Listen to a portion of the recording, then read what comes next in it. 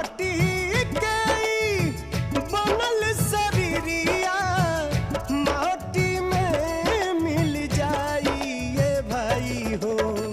केहू कुछ लेके नहीं जाई, केहू कुछ लेके नहीं जाई ये भाई हो। केहू कुछ लेके नहीं